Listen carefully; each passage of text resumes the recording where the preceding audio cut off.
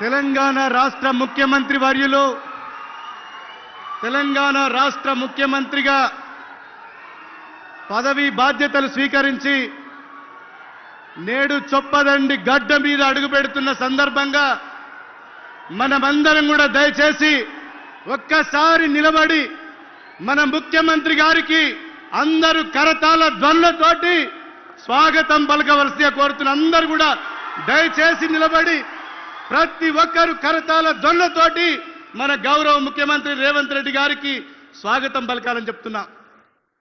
అదేవిధంగా మన జిల్లా ఇన్ఛార్జ్ మంత్రివర్యులు పెద్దలు తుమ్మల నాగేశ్వరరావు గారు, అదేవిధంగా మన ఉమ్మడి జిల్లాకు గతంలో ఎంతో సేవ చేసి ఈ రాష్ట్రంలో ఐటీ పరిశ్రమలుగా నిర్వహిస్తున్న పెద్దలు మంత్రివర్యులు శ్రీధర్ బాబు గారికి కూడా మన చొప్పదండి నియోజకవర్గ ప్రజల పక్షాన స్వాగతం పలుకుతున్నాం. గతంలో కరీంనగర్ పార్లమెంట్ సభ్యులుగా నేడు రాష్ట్ర మంత్రివర్యులుగా బాధ్యతలు నిర్వహిస్తున్న పెద్దలు సోదరులు పొన్నం ప్రభాకర్ గారికి స్వాగతం సుస్వాగతం.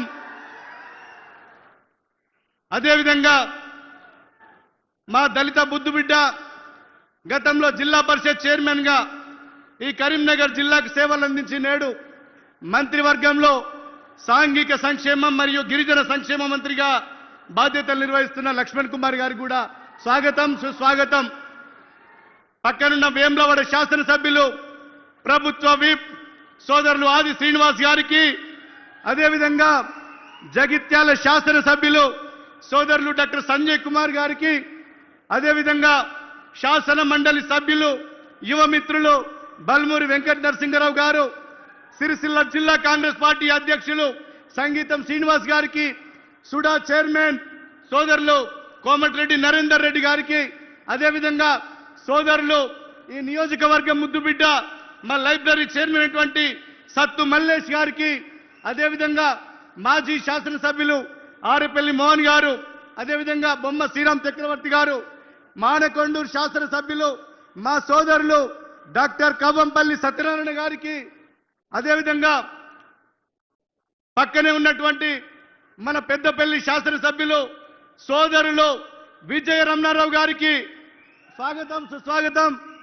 రామగుండం శాసనసభ్యులు పెద్దపల్లి కాంగ్రెస్ అధ్యక్షులు మక్కన్ సింగ్ రాజ్ ఠాకూర్ గారికి, అదేవిధంగా కరీంనగర్ జిల్లా కాంగ్రెస్ పార్టీ ఇన్ఛార్జ్ సోదరులు రాజేందర్ రావు గారికి, అదేవిధంగా చొప్పదండి మాజీ శాసనసభ్యులు కోడూరి సత్యనారాయణ గౌడ్ గారికి, కరీంనగర్ సిటీ కాంగ్రెస్ అధ్యక్షులు అంజన్ కుమార్ గారికి, అదేవిధంగా మహిళా కమిషన్ చైర్పర్సన్ ఈ నియోజకవర్గ ఆడబిడ్డ శ్రీమతి నిర్మల శారద గారికి, వరంగల్ శాసనసభ్యులు నాయిని రాజేందర్ రెడ్డి గారికి, అదేవిధంగా వేదిక మీద ఉన్నటువంటి అందరి కూడా ప్రతి ఒక్కరి కూడా ఈ నియోజకవర్గం నుంచి వచ్చిన వేలాది మంది సోదరి మనులకు నేను శిరస్సు వంచి మీ అందరికీ పాదాభివందనం చేస్తున్నా.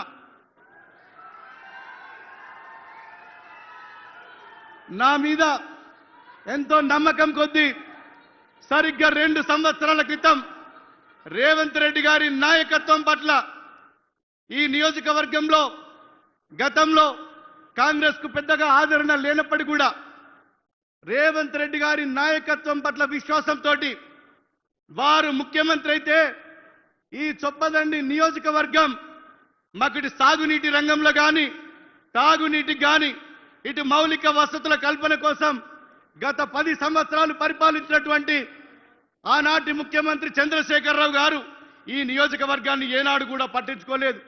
కానీ మన అందరి అభిమాన నాయకుడు రేవంత్ రెడ్డి గారు ముఖ్యమంత్రి అయినాక అతి కొద్ది నెలల్లోనే ఈ నియోజకవర్గానికి 200 కోట్ల రూపాయలతోటి young India integrated residential school మనకు మంజూరు చేసిన ముఖ్యమంత్రి గారికి నేను శిరస్సు వంచి ధన్యవాదాలు తెలియజేస్తున్నా. అంతేకాదు ఈ నియోజకవర్గంలో కనీసం ఒక్కటంటే ఒక్క డిగ్రీ కాలేజ్ లేదు.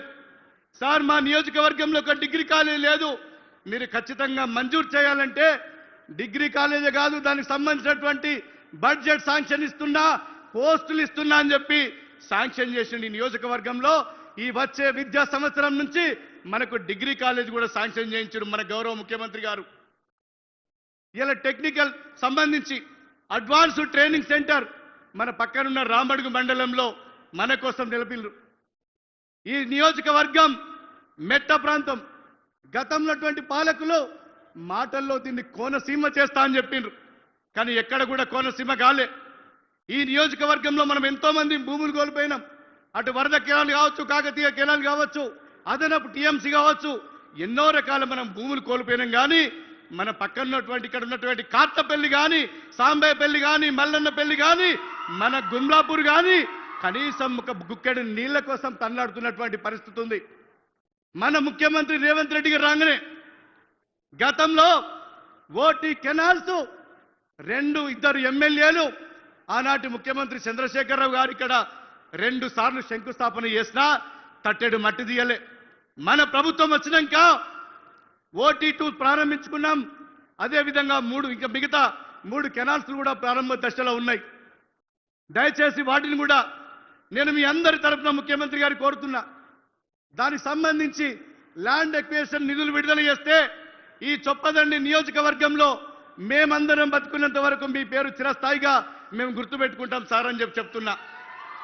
అంతేకాదు నారాయణపూర్ రిజర్వాయర్ ఆనాడు జలయజ్ఞంలో భాగంగా డాక్టర్ వైఎస్ రాజశేఖర రెడ్డి గారు ముఖ్యమంత్రి ఉన్నప్పుడు శ్రీపాద ఎల్లంపల్లి ప్రాజెక్టు ఫేజ్ 2లో భాగంగా చేసిండ్రు.